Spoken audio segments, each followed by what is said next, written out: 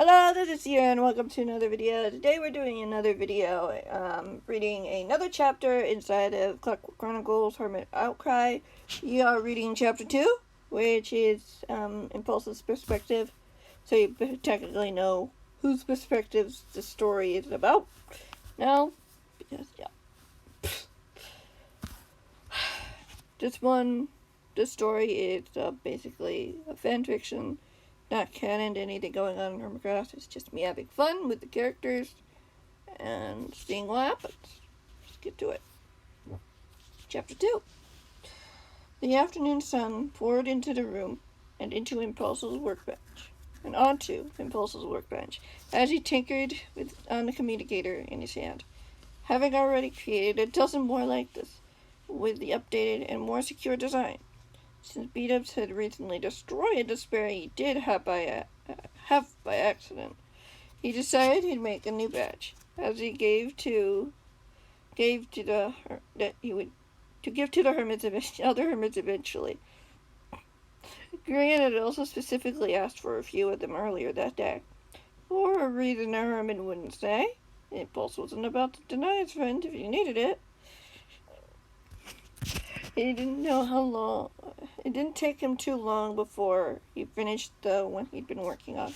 As he stepped back from the bench and placed the gadget into a shulker box with the others he had available. He'd been hard at work for the day and had already gotten a dozen of them undone, now counting 13. It was enough to get started as he picked up his box and stashed it away in a safe place. He walked out of the workshop as he entered the hallway, glancing down toward the stairs as the quiet house finally set in. He'd managed to recover fairly well from the ordeal he'd gone through not too long ago. He walked down the hallway slowly as he headed for the stairs. As hints of images filled his mind, he shook them away. Men weren't here now. His friends were safe. He hadn't heard word from them in over a week. He knew it didn't mean much as he climbed down the stairs, seeing the front door was open slightly as he went to close it, stopping when he noticed something outside. A light just beyond the trees. No, it wasn't just a light. It was a torch. A couple of torches. Sitting on what he guessed was cobblestone. It's difficult to be sure, though, as unease filled him.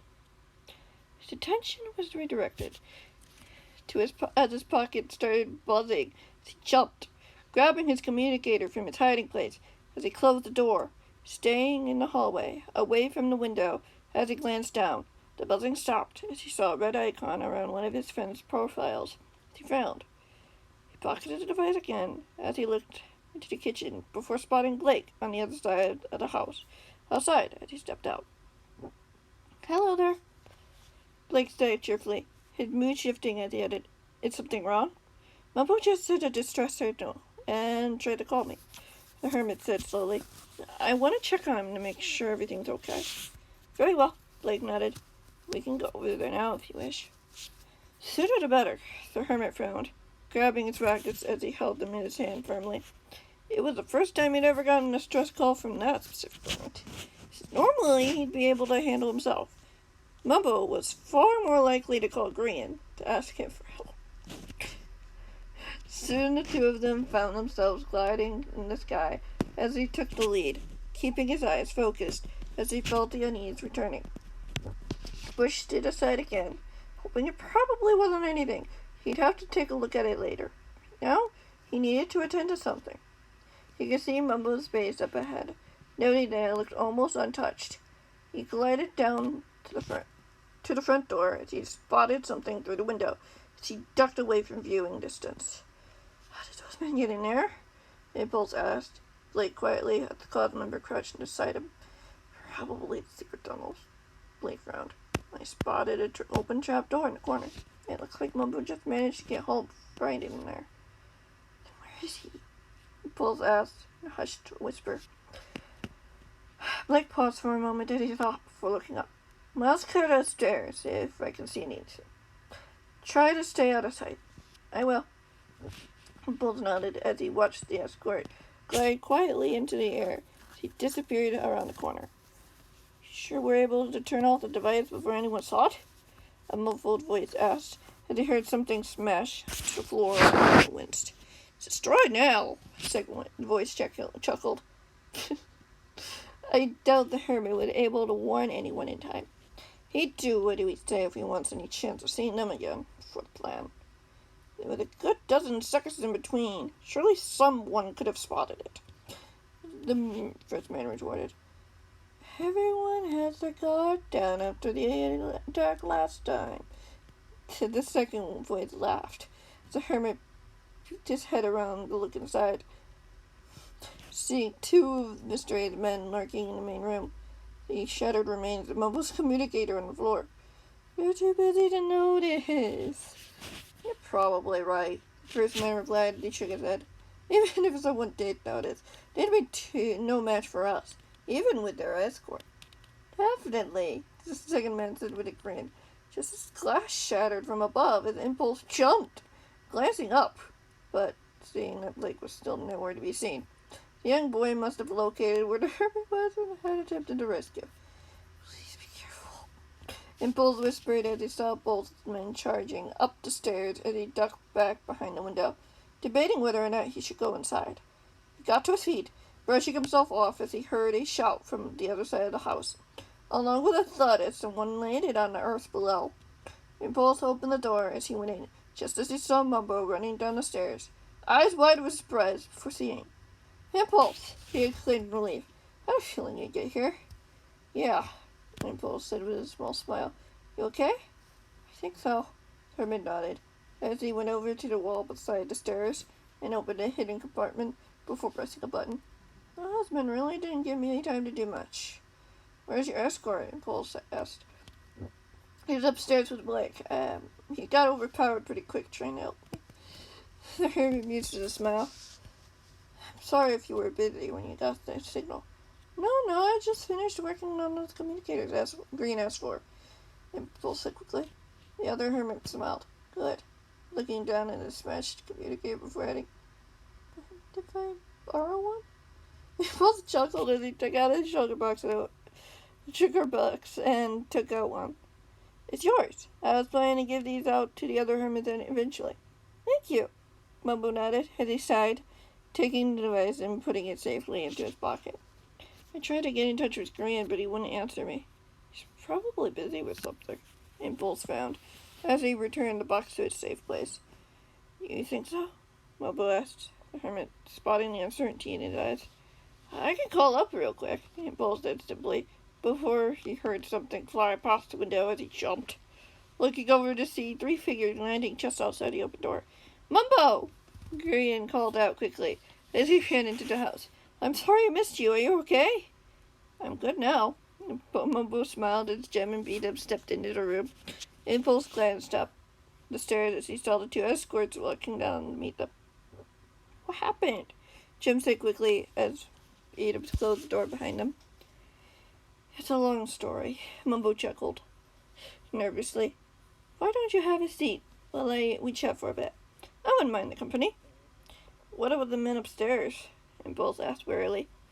We'll handle that, Blake reassured him. Impulse nodded, sitting down with his friends, as Beat-Up pulled the blinds, obscuring the view from out the window.